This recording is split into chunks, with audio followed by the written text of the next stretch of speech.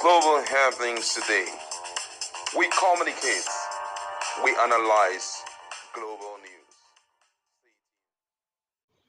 As we are approaching the political season in Nigeria, there's a lot of battles of word going on right now. And it seems as though Peter Obi is in the center of it all because he's the focus right now, considering the fact that most of the politicians and also political party are considering him to be the one who will shake the fabric of APC come 2027. Now, interestingly, Peter Obi talked about the issue of one term, that if granted an opportunity to rule the country in the next 4 years, he will hand over to the Northerners, understanding or accepting the unwritten constitution. That's each Southerners or each geopolitical zone, the two geopolitical zone, each of them have 8 years to run. So he says that if granted an opportunity, he will run for 4 years. If you check our feed, you're going to hear the reply of the likes of the Anambra State Governor Soludo, Professor Soludo, what he said about the standpoint of Peter Obi doing 4 years.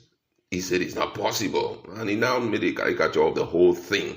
If you check our video, you're going to see it. Now, Peter Obi has responded. But also, you're going to hear the response of the presidency to the statement made by Peter Obi. But first of all, we are going to consider what Peter Obi actually said. Now, according to the news, the Bola Ahmed Tinubu's late administration has knocked former Anambra State Governor Peter Obi for maintaining that he is willing to serve for one term if elected as president in 2027.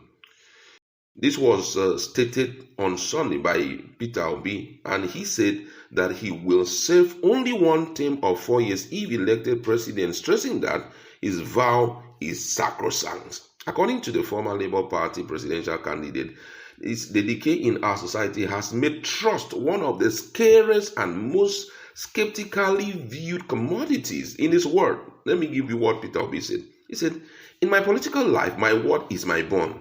When I entered politics in Anambra State, I made clear and measurable promises to the people to improve education and healthcare, to open up rural areas through road construction, and to manage public funds with prudence. I fulfill each of those promises without deviation. I did not sway by a shrine, nor have been certified mentally unstable as a result of honoring my word. My vow to serve only one term of 4 years is a solemn commitment rooted in my conviction that purposeful, transparent leadership does not require an eternity." But reacting to Obi's view, Tinubu's special advisor on information and strategy, Bayo Onanuga, described Obi, a two-term governor of Anambra State, as a liar. Quoting a video where Obi vowed never to leave the All Progressive Grand Alliance, Onanuga in a post said that the former presidential candidate has been exposed. He noted that Peter Obi has broken previous promises and he can never be trusted by Nigerians. In his words, and I quote, "You are neither a Mandela nor a Lincoln or a Kennedy. You sound as if you have never held an elected office before. You sought re-election as Anambra State Governor in 2010 and narrowly won courtesy of a divided opposition. Why didn't you walk away after only one term in office? Meanwhile, after serving 2 terms, did Anambra look like a state that has been transformed? If you couldn't transform a small Anambra after 8 years, is there a guarantee that you will do anything significant under 4 years as president of a complex and complicated Nigeria?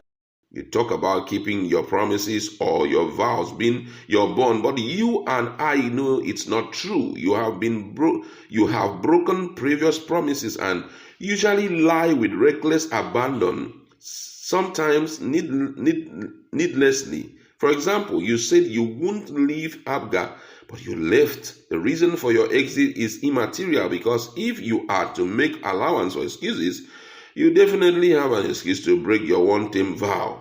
You talked about trust, but how do you expect people to trust someone who can't keep a simple promise not to leave a political party? Those were the words that came from the presidency to Peter Obi. My colleagues in the House, and we just want to talk about that.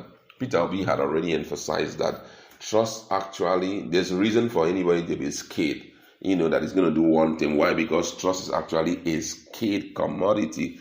You can hardly get it in the country. And Ananuga came out and gave just one example of how he broke the trust. Now, what's your standpoint on all of this? Okay, but let's look at this the way it should be looked at. Peter Obi is one politician who, if you check him and other politicians, he stands out very differently. You may even permit me to say he's more of a businessman than a politician. Apart from maybe Wike and maybe Bola Ahmed Tinubu, you would understand why. Both of them are the only two politicians who have never left their party politically. And you would also understand why. They actually are in charge of those parties. Yes. Wike wouldn't possibly leave PDP because he's in charge of PDP. Of course. Same thing with Bola Ahmed Tinubu. Peter Obi is that member in a party that will not take leadership role. He just wants to see the party run well. Yes. And he wouldn't want to use his influence to negatively affect the party in such a way that they will only work in his good always and not, even though it means, it becomes tantamount or becomes negative to the party. So hence, he will always be that nice member. He left APGA. There are many reasons he left APGA. He made that declaration. Probably he didn't understand what politics meant then. He was more of a businessman. Yes. And he saw the platform as a good platform. Why would he change hands like a single? When he believed that APGA, if it's a good party, why should I change? But as time went by, he understood the dynamics of politics. One of which is the fact that leadership role may change, leadership patterns may change. There's this national presence which APGA didn't have. Yes. And many others. And when he discovered that APGA would probably not be the right vehicle that would take him to where he was going, he had no other option but to port. He made that declaration based on his business acumen, not as a political acumen. And APGA will not say in all sense of if they want to be sincere, they will not say that Peter Obi treated them badly. The question is a platform, but did he rule well? Yes. And if you ask me personally, I would say that Peter Obi is definitely giving them kicks. Peter Obi said something. Why is presidency reacting? Did he talk to them? Was he talking about Aso Rock? Did he say, he just said, if you give me in the agreement we are having in ADC, presidency choke mouth. When it is not APC they are discussing. And he's talking to Nigerians, talking to the coalition member, Soludo, that is facing Anambra governorship, chook mouth. Has Peter Obi ever chook mouth in Soludo's stuff? That's to tell you that Peter Obi is definitely something cost of everything. Personally, and they wish they were, but they aren't.